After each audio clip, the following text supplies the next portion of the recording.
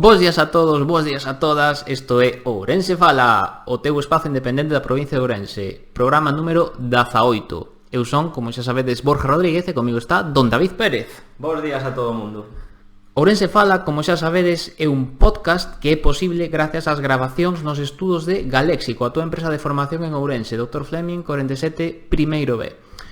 Hoxe voltamos prácticamente do confinamento, como a quen di, analizando un tema de especial interés, un tema que está en boga, que é o tema do ingreso mínimo vital. Imos dar unhas poucas claves, nun tono distendido, para que poidades ter un pouco máis de información sobre o tema. E logo tamén analizaremos un pouco as críticas que se están vertendo contra esta medida, porque, bueno, queremos ver un pouco os dous puntos de vista.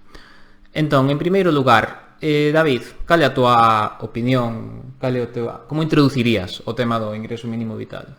O primeiro que imos dicir en canto a este programa, que normalmente nós sempre facemos as cousas ben sen guión ou cun guión bastante adaptado para as entrevistas, non? Unha cousa moi distendida, non? Que preparamos moito o que ven sendo o programa, pero intentamos que sexa o máis ameno, máis, eu que sei, un pouco sen ataduras, non?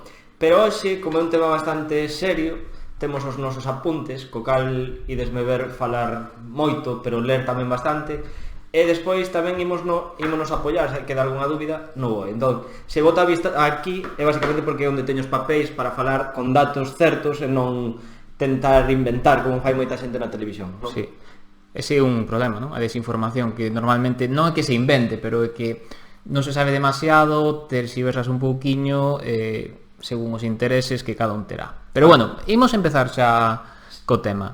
Sí, entón, imos ser bastante obxectivos, non? É dicir, para empezar vai ser unha medida non transitoria, non vai ser como o tema das axudas do COVID, que en canto remate o estado de alarma non sei como ferán cos ERTES, pero imagino que non chegarán ata dentro de 20 anos. Aquí esta é unha medida que en principio vai cara a perpetuidade, non? Claro, é un punto diferencial con, por exemplo, o tema que comentabas ti do ERTE. O ERTE será lexítimo mentres dure a causa fundante, que neste caso é o estado de alarma. Unha vez remata o estado de alarma, necesitase ou ben suspender, non suspender, pero finalizar esa axuda, inventar ou crear unha medida nova de extensión, pero será xa independente do estado de alarma. Neste caso, sí que estamos falando, logo voltarei sobre isto, porque hai bastantes críticas sobre este tema, dunha medida que é permanente.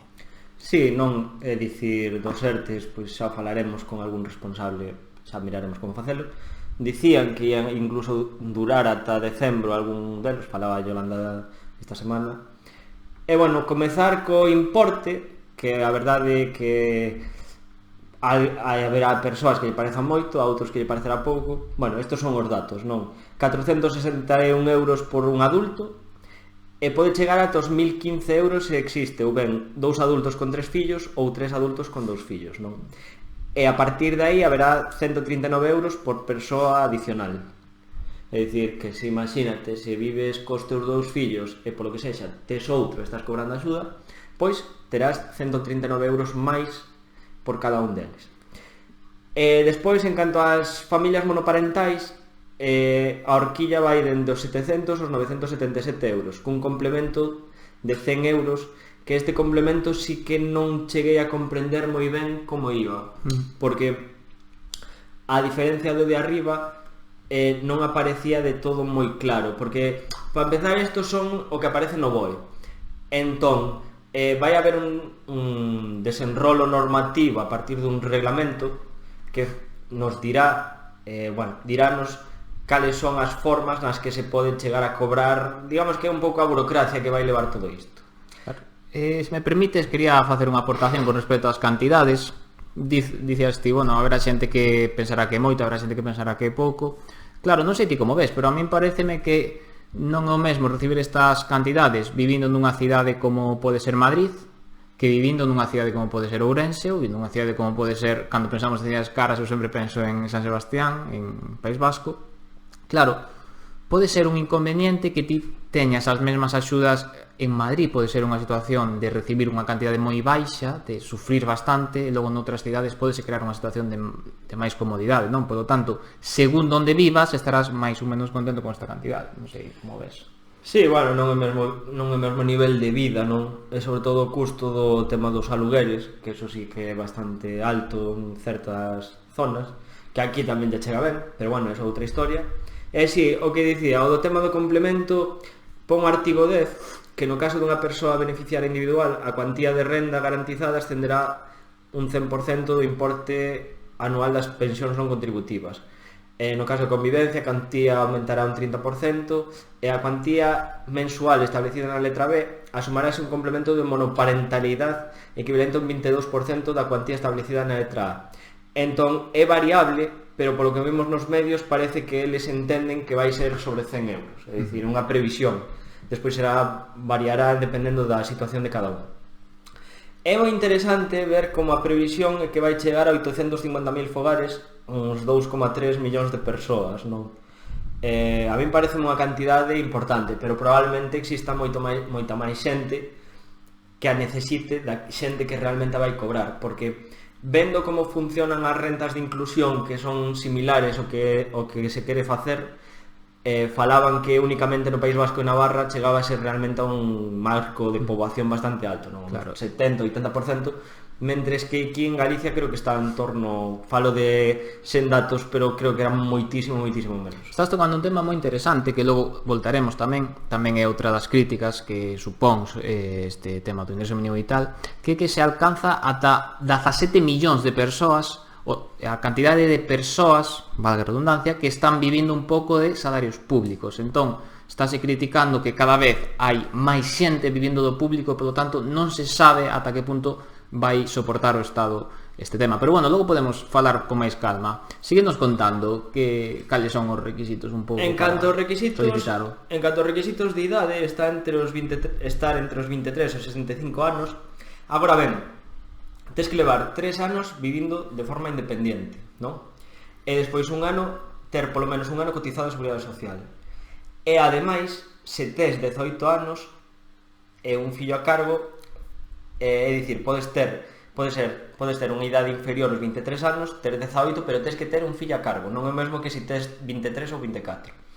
E despois é onde está o punto onde a xente pensa que pode haber máis fraude, porque flexibilízase se son, no caso de mulleres que tiveron un caso de violencia de xénero, víctimas de trata, ou explotación sexual. É dicir, moita xente critica que xa falaremos máis tarde, que critica esta renda mínima porque pensan que vai ser moito máis sinxelo para unha persoa que denuncia un caso de violencia de xénero ou unha víctima de trata ou explotación sexual, porque eles entenden que vai haber moita xente, sobre todo de fora, que vai tentar que lle paguen a renda mínima a través de aquí, destes tres apartados. Sí, de todas estas situacións teñen que estar probadas, é dicir, non é o mesmo presentar unha denuncia que xa ter unha sentencia que di que é unha persoa que sufriu violencia de xénero, non? É dicir, non é o que se di habitualmente, non é vou denuncio, digo que teño esta situación e recibo axuda, non, para nada. Estou seguro de que se me está escoitando algunha persoa que traballa no xulgado estará de acordo comigo, porque normalmente falase neste tema, acúsase a xente que xa ten unha situación complicada de tratar de prevalecerse, unha vez máis non é así. E logo, do que case ninguén fala é que existe unha serie de obligacións. Dentro delas é a presentación da renta do ano anterior e logo que un non pode marchar do país. É dicir, isto xa pasaba no tema do paro, que non podes abandonar o país en xustificación ni notificar da Seguridade Social, pero é moi interesante porque para loitar contra este tipo de, por dicilo así, fraudes, existe un réxime bastante importante, do que falaremos un pouco máis adiante.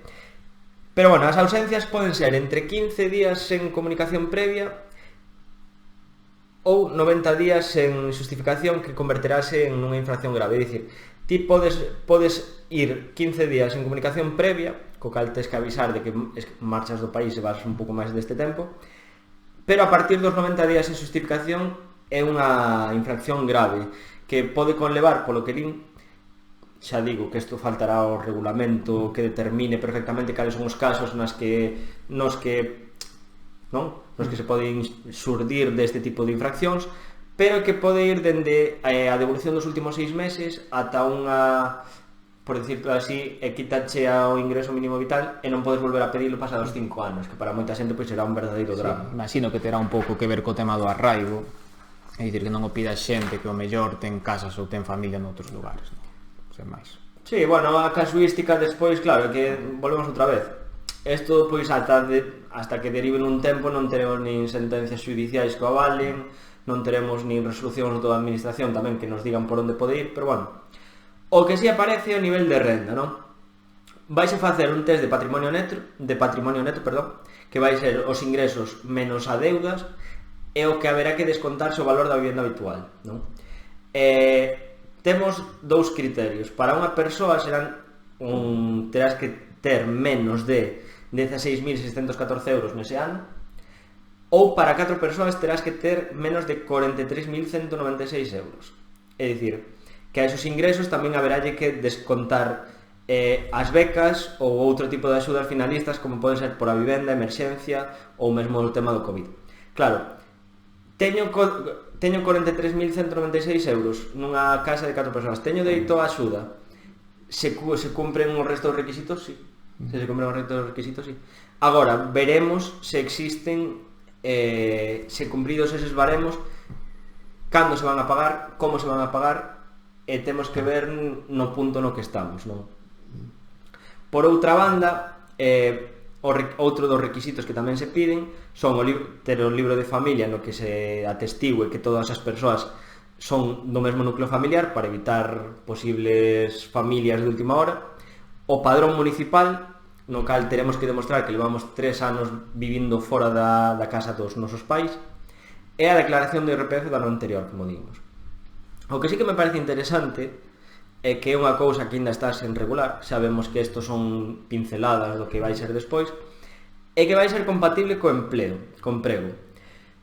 Cal é o tema aquí? Que moita xente, que este é o punto tamén álxido no que critican, é que vai desincentivar o tema de conseguir un emprego.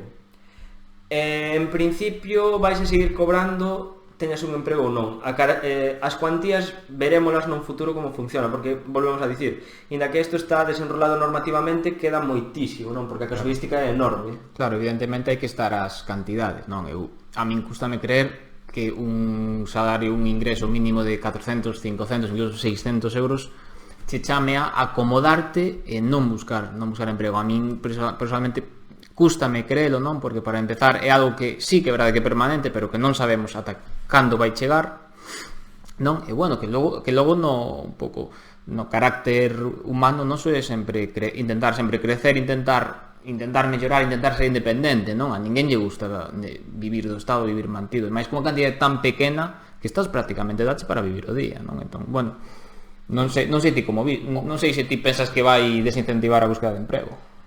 Eu penso que non, pola sinxela razón de que falamos dende a perspectiva de Ourense, non? Pero o que dicíamos antes, se vives nunha cidade un pouco grande, ou incluso non ten que ser grande, unha cidade incluso turística, o prezo do aluguer non che permite vivir con estes cartos. É dicir, igual cos 1.015 euros, pero xa vemos que os 1.015 euros ten que ser nunhas condicións moi graves, non? moi críticas, sí, non? Sí. Pero bueno, proseguindo, en principio podes empezar a pedir a solicitude a través do 15 de xuño, non? A Seguridade Social pon que ten uns 3 meses para contestar, que vai ser un abono mensual, como dixíamos antes, que pode ser o paro, e solicitarás eso sí únicamente pola página web do SEPE, é dicir, papel cero. É dicir, se pides vez a Seguridade Social vanche facer? Non, telo que pedir ti mediante a web. Cal é o problema? O de sempre. Faranos falta ou ben un certificado digital, ou ben un DNI electrónico coa contrasinal e un lector de tarxetas, co cal moita xente vaise ver abocada a ter que ir á Seguridade Social e que llo fagan ali. Inda que a administración diga papel cero, realmente vai facer falta que a xente do rexistro realice todo esta tramitación, porque moita xente, a xente que vai ser maior e non vai ter idea de como funciona internet, e a xente que non entenda como funciona un certificado digital, ou mesmo a xente que non teña un ordenador. Claro. Porque é requisito indispensable para facelo ter un ordenador e saber como funciona un certificado digital, saber como instalalo. Sí que é certo que dixeron que ian por un asistente virtual e incluso un número de teléfono gratuito. Pero... Sí, pero bueno, un asistente virtual para dar axuda a persoas que teñen dificultades co internet ou ca sede electrónica, non sei, se ilóxico ou non sei que dicir. Bueno, imagino que de novo moitas das asesorías, gestorías, etc. porán, porán os seus servizos a disposición da xente. É dicir, que conste que eu aplaudo sempre todo o que sexa informatización, todo o que sexa modernización, todo o que sexa aforro de papel, aforro de tempo, pero non sei ata que punto este tipo de axudas, non? Que son para todo o mundo, é interesante quitar estes servizos, non sei.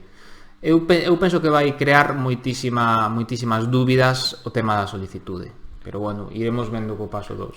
Claro, é dicir, eu penso que a intención da administración é que cada un o faga na súa casa ou no sitio no que mellor dispoña, porque claro, temos que ter en conta que ademais de ter estos problemas desta prestación, despois estamos nos temas dos ERTES, dos seres próximos que se van rematar de facer.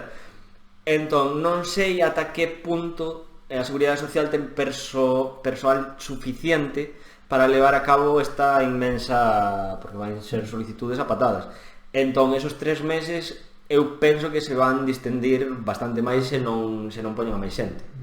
Despois hai un par de pinceladas, xa estamos a rematar, que esta axuda é compatible cas axudas autonómicas, xa veremos como se van ir modificando para modulalas, que isto é moi importante, elimínase a actual prestación de fillo a cargo, isto creo que moi pouca xente o sabe, co cal se estás cobrando unha e solicitas a outra, probablemente, bueno, con toda a seguridade, quitaránlla, co cal hai que preguntar moi ben e saber que é o que nos convén, non? E despois o que sí que creo que vai haber vai ser unha gran inspección neste tipo de temas, é dicir, xa sabemos como funcionan máis ou menos as das subvencións, nas que existe un control bastante, agora mesmo, moi exixente, non? Moi exixente. Eu penso que neste caso van ser moi exixentes. E xa digo, no tema dos fraudes, a devolución dos cartos para a xente pensa que non é un problema, porque non é unha multa en sí, pero mellor ter que devolver 6 meses, que son, imagínate, nun tope, son 6.000 euros máis os intereses. Mais despois, se non temos os cartos, xa estar ca multa, ca sanción. E despois xa con tema de ter que rematar, e incluso con, por decirlo así, que che desconten os cartos da tua conta, non? Co cal hai que ter moitísimo cuidado a hora de solicitala e ver que os requisitos que se solicitan son os que realmente existen. Claro, é dicir, vai haber xa un pouco entrando na segunda parte do podcast, no cal queremos meter un pouco nas críticas que se está facendo e falar un pouco máis distendidamente despois da clase de dereito un pouco dos requisitos. Claro, vamos a ver, está a xente dicindo que isto prácticamente é unha paga a que pode optar calqueira. Ti mismamente acabas de dicir que non vai ser así, que vai haber un control altísimo, que vai haber un grado de inspección moi elevado, pero que é normal, porque se quere xa meternos na primeira crítica, fálase de que máis de 17 millóns de persoas, entre ERTES, ingreso mínimo vital, salarios do sector público, xubilacións e indemnizacións varias, van estar vivindo do Estado, é dicir, o Estado non vai poder manter este nivel de gasto moito tempo. É dicir, o que faltaba era que de por riba estar sufrindo fraude, non? Sí, bueno, pero o principal é a idea de onde van ir estos cartos, non? Porque se temos a impresión de que unha persoa vai cobrar 400 euros e vai nos meter nun colchón, realmente non é así. Pero temos que ter en conta principalmente en que se vai gastar. En alimentación, aluguer, e nos cousas máis básicas como poden ser luz e auga. Veremos como responde a economía, porque claro, non sabemos moi ben este tipo de políticas keynesianas cal pode chegar a ser o final, porque incluso o tema de desincentivación do emprego, é certo que o ministro de Seguridade Social di que non vai levar así, pero realmente a práctica teremos que velo Temos que ver cales son as consecuencias porque non están moi definidas, non? Bueno, eu sigo manténdome moi crítico. Eu penso que quen quere traballar non vai... É dicir, quen quere traballar, quere medrar, quere ter un traballo, quere ser independente, non vai vivir con 500, 600 euros toda a vida, non?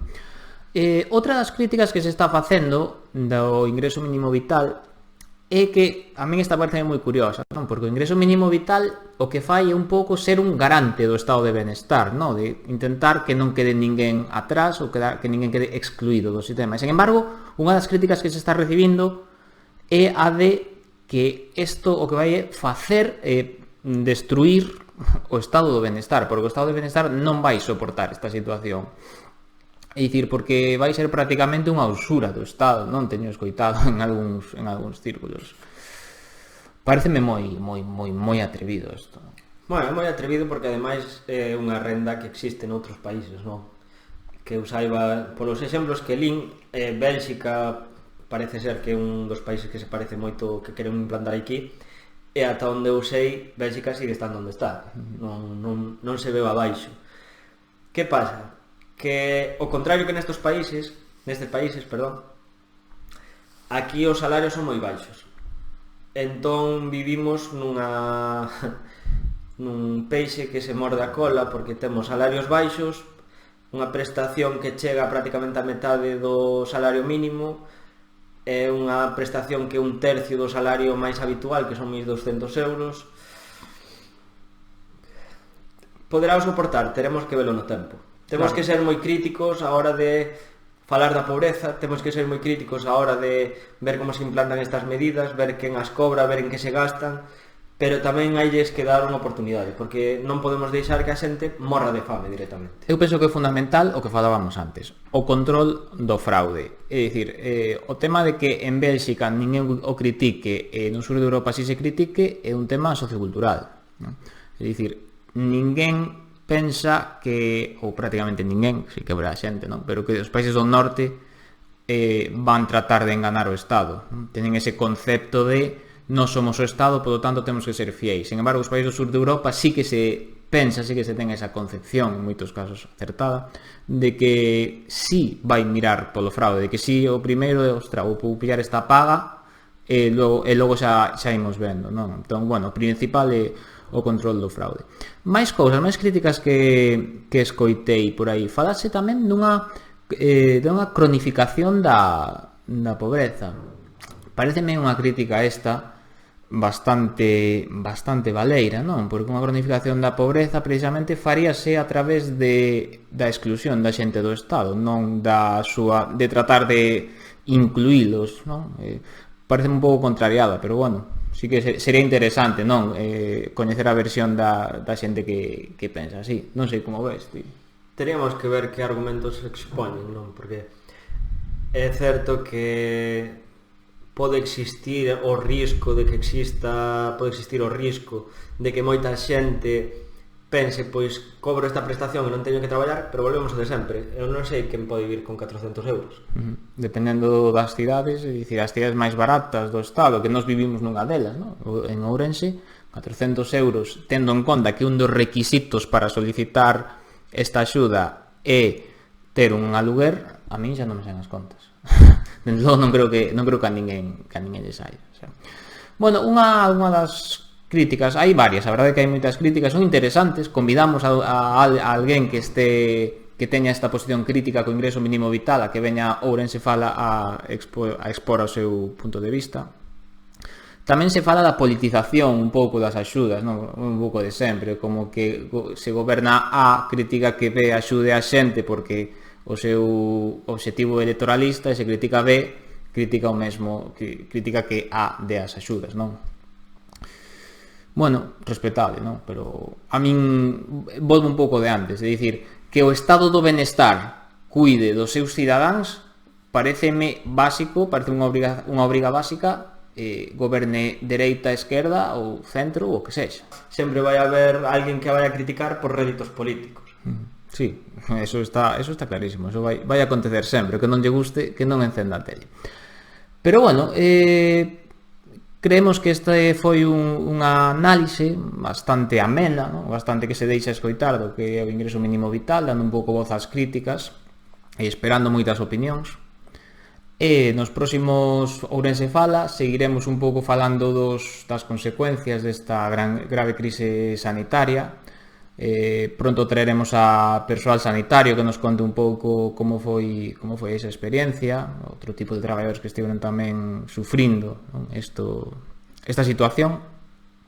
E nada, para antes que rematar, pedirvos a todos os que chegastes hasta este minuto 26 do programa, que estamos seguros de que vos gusta, de que vos suscribades a nosa canal de YouTube, de que dedes like, de que compartades as nosas publicacións no Facebook e nos deixedes as vosas opinións favorables, as vosas críticas, en que nos equivocamos, se nos quedaron temas no tinteiro, e pouco máis, non sei se...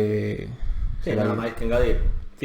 Fixo que algunha das cuestións, dada a súa complexidade, seran matizables, ou fixo que incluso algún meteríamos un error, pero bueno, nos intentamos dar un pouco unha descripción xeral do tema sen tampouco meternos en cuestións moi técnicas, non? Básicamente porque nestes meses vemos que as redaccións do BOE son bastante ambiguas, e dous que bueno, intentamos que isto sexa máis unha axuda que outra cousa.